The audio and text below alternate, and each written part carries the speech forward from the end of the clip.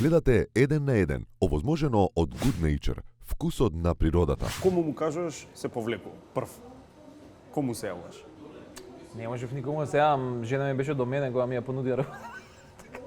Жена ми. Не можев да се јавам, до мене седеше. А од овие партискиве другари што... Назаев. Да? Да. Мора така по хиерархија? Не, па ти, ја и он долго време соработуваме, више сме ли пријатели, не е тоа... Не е ради хиерархијата, сега да кажеш. Не. И така и се однесуваше цело време. Добри, и како му се обреќаш? Што му викаш? Вака и вака. Добив понуда. И он се смеа, добро да вика, ако да добро, вика, ајде се Си да сме добили понуда? Да. И ја викам, бе, добро, ама ваква е понудава. Аха.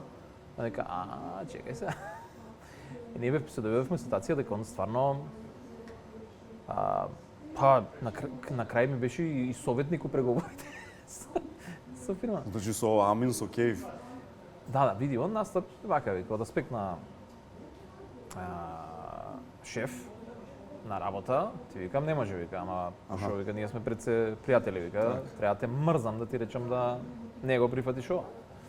И вика особено затоа што се работиме ваква неблагодарна работа кога што работиме, ова ми ти е многу поголема шанса.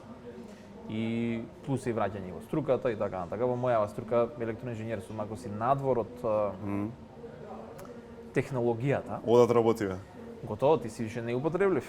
Ја имав среќа дека водев министерство што има врска со технологија, точно. да бев за нешто друго. Генерален секретар. Така вика дека треба да бидеш, така? Тек тогаш ке заглавив и после 4 години никој немаше ме бара.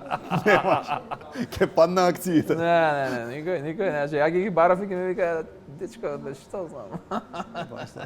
Добро, ете, ферски постапок.